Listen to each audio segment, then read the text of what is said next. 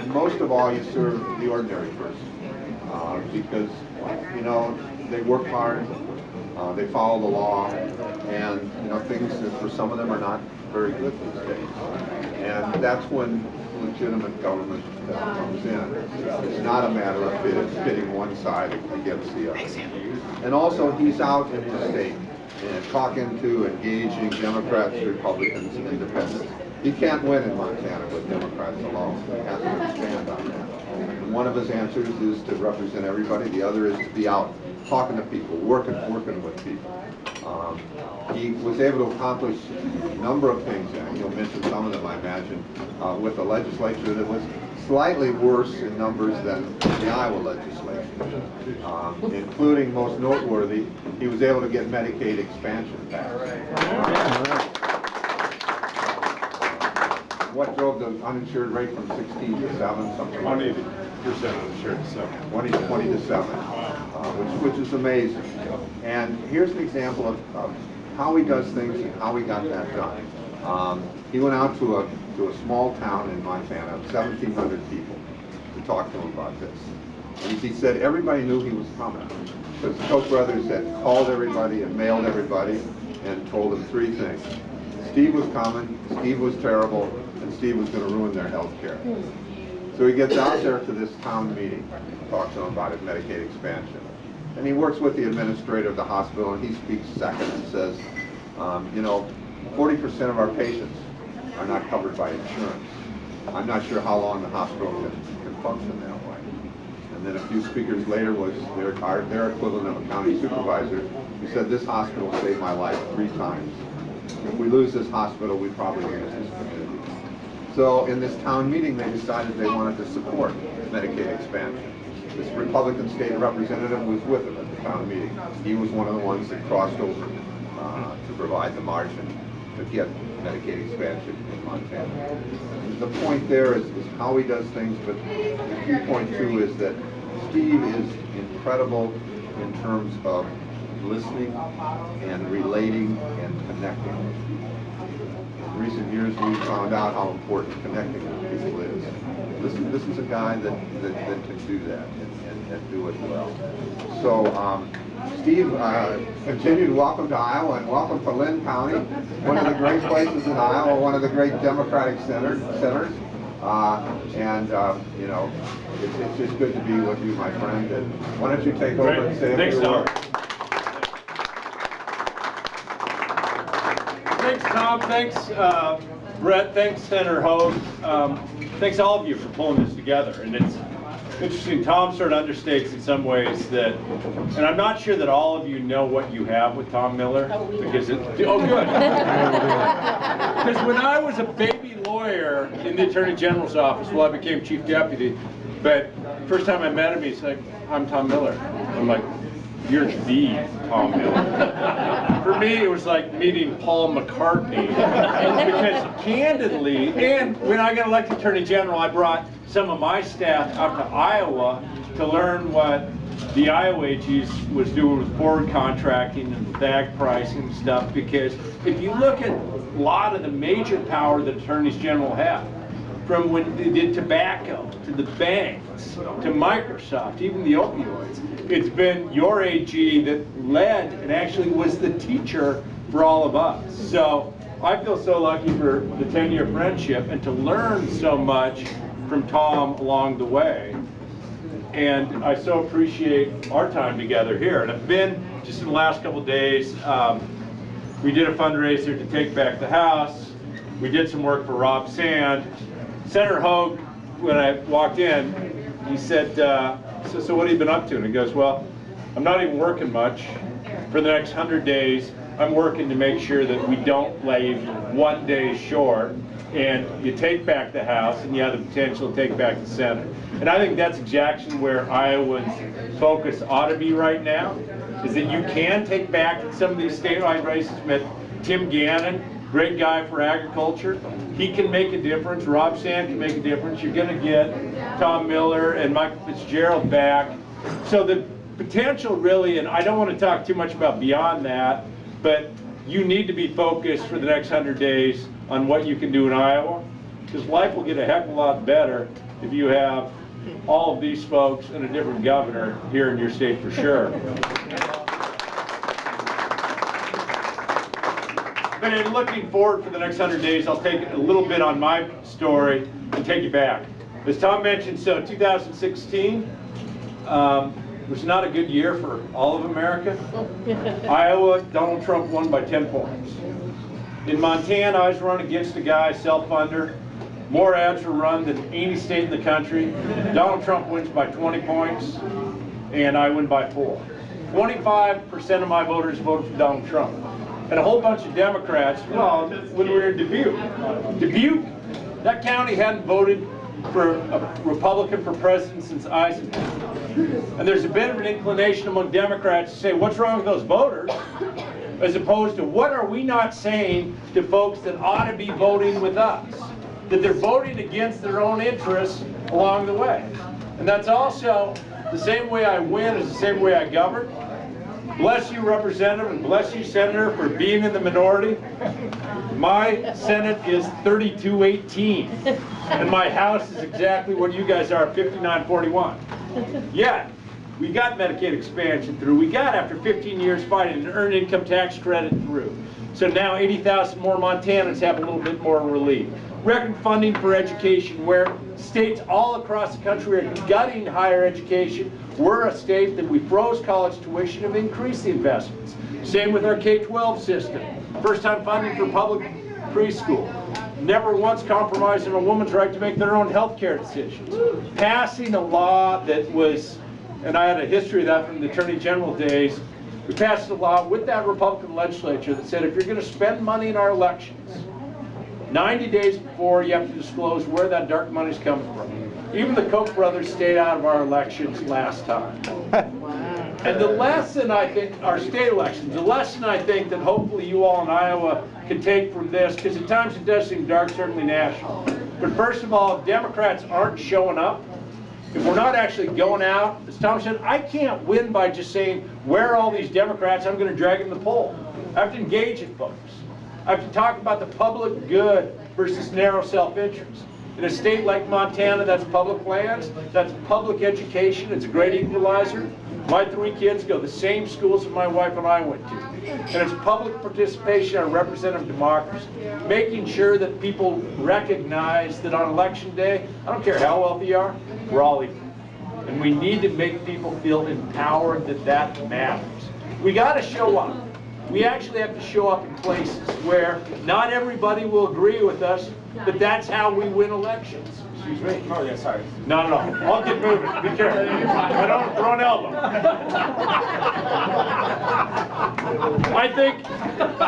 I think too many Democrats turn around and say, oh, well, these folks don't share our values, so we're not even going to engage with them. Well, if you think about most people in life, God bless luckies, but most people in life aren't even going to come listen to some folks on a Saturday afternoon. Their lives are too busy and full. They're worried about, is my kid going to get sick? They're worried about, am I going to keep my job? Most people actually want to value the same thing, right? You want to save communities. You want a decent job that you can be proud of. You want a roof over your head. You want clean air and clean water. You want good public schools.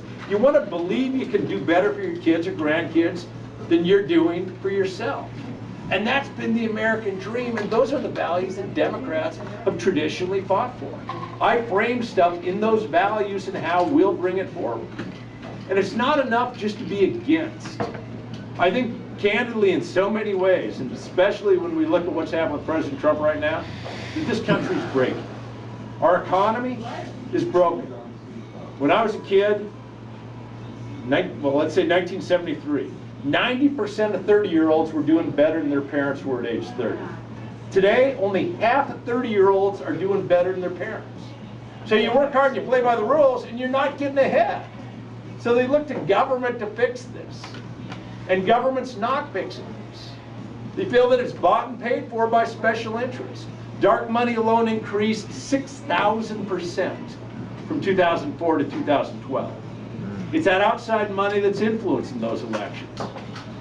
And if the economy's broken, and the political system... First thing, and I hope you understand, the problem with education in this country that is not a right.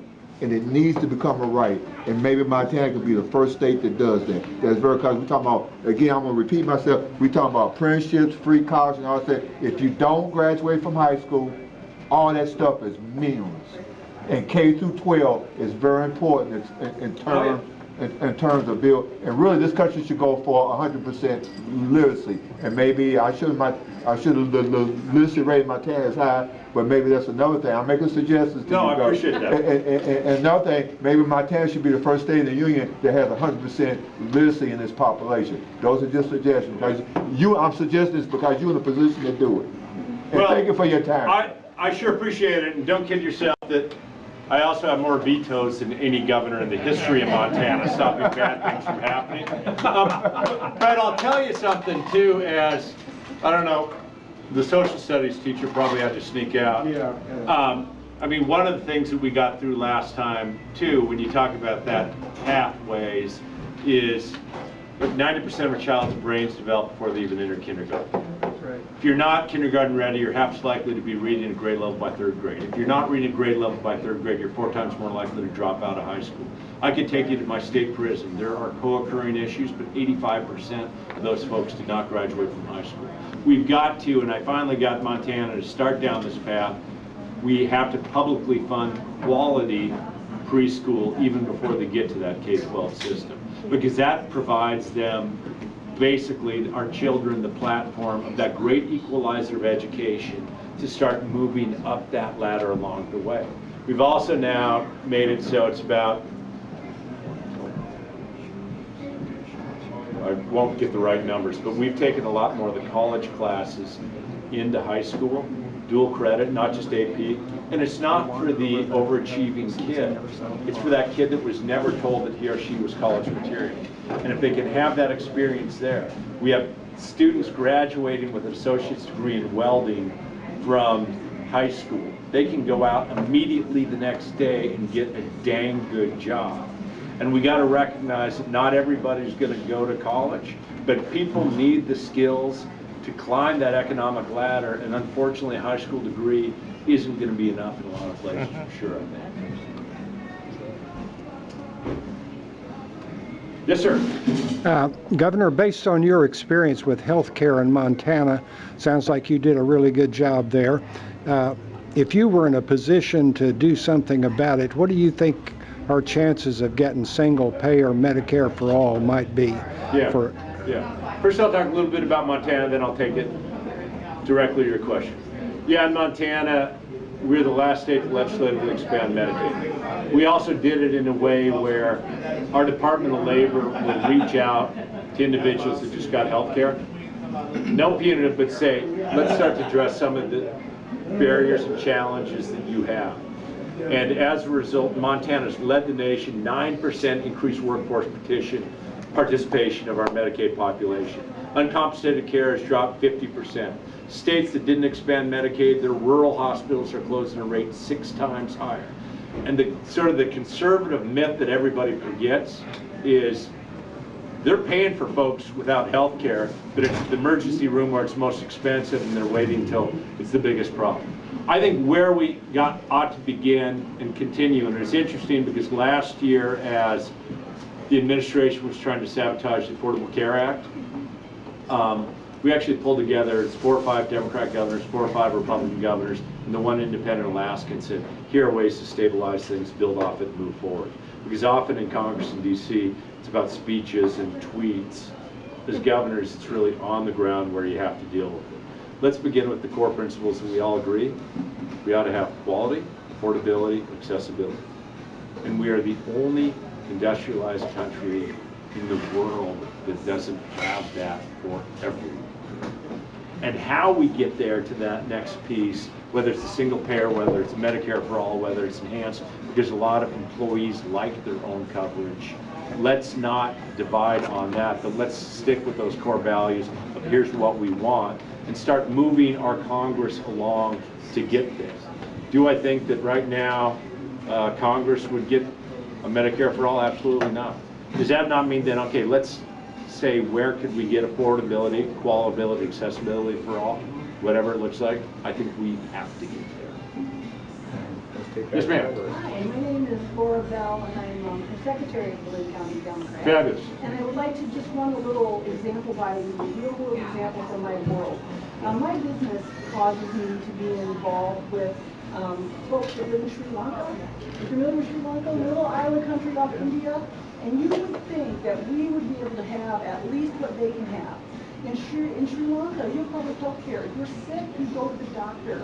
In Sri Lanka, they have public education through university. Oh, yeah. And as long as you can do the work, you can go to school. So I would like to use that as an example. I mean, if Sri Lanka can provide these things to these people, the United States should be Why able to can't as we? well. And the only thing I would say is, don't be afraid to run left. Don't let the people encourage you to say, you have to be in the middle. There is a populist movement toward the left, and you would garner support based on that. So, feedback or commentary? I think we ought to be able to do better than Sri Lanka, and so many other places can. But we also got to figure out like where we can attain. I mean, how quickly we forget. Look, there's about $1.9 trillion of student loan debt out there right now.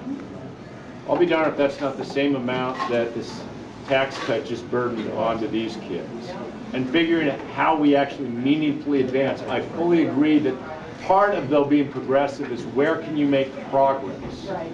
And that's where I'm so pleased we've actually not only staved off the destruction of the healthcare system as we have, but been able to move forward on campaign finance, been able to move forward in so many different areas. Yeah, I think campaign finance is the voice of our government. So I was Attorney General when Citizens United came out and wrote, if you think back to 2010, I wrote the amicus brief that the majority states joined on, even Republican states, saying that most elections happen at state and local levels, don't mess with this. Supreme Court disagreed, of course. We had a 100-year-old law in Montana, because it used to be that copper barons, copper miners literally bought every seat. It's called the Corrupt Practice Act of 1912. We built a record, took it up to the U.S. Supreme Court, the first case after Citizens United, because we won at the state level, saying that corporate expenditures can corrupt. 5-4 decision, they wiped out 100 years of history in Montana. But that's another one where it also shows what a difference one judge on the Supreme Court can make. But it's another one where it's easy to say, all right, well then let's fight Citizens United. Well, what are you going to do about it? He was working with Republicans that got this disclosure.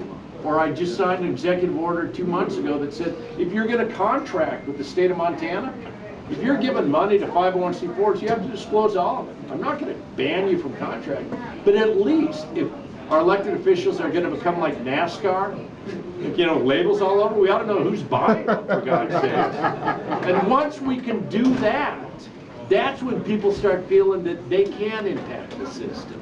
So I do think it is one of the fundamental issues that we got to deal with. And you're not going to completely solve it until we have a different Supreme Court. One more over here. Yes, sir. Yes. So, what is your take on the state of, mental health, both in the state of Montana and in this country? Yeah. You're probably well aware Iowa is like 50th for beds and access to psychiatrists and that kind of thing. It is becoming a major issue. Yeah, and we had some budgetary challenges with case management in the last. I mean, at a base level, when we expanded Medicaid, because we also have a frontier state where mental health services aren't everywhere, and we've actually, well, two things, one of which, expanding Medicaid expands mental health significantly. The most important thing that you can do and have a robust, and we also pay our providers second or third highest in the nation for Medicaid rates, like the state takes that on. But then we also have to figure out, like we're doing a lot with our largest hospital doing essentially telecounseling. And in all of our rural hospitals, when somebody comes in, we're having them do a survey to see for suicidal or other ideations and figure out ways to bring access to folks. I would hope nationally we're finally getting to the point where stigmas are gone and we recognize that mental health challenges are not unlike physical health challenges. Yet our primary care doctors are still much better for broken arms and broken heart. But we've got to figure out the funding piece of that all the way along.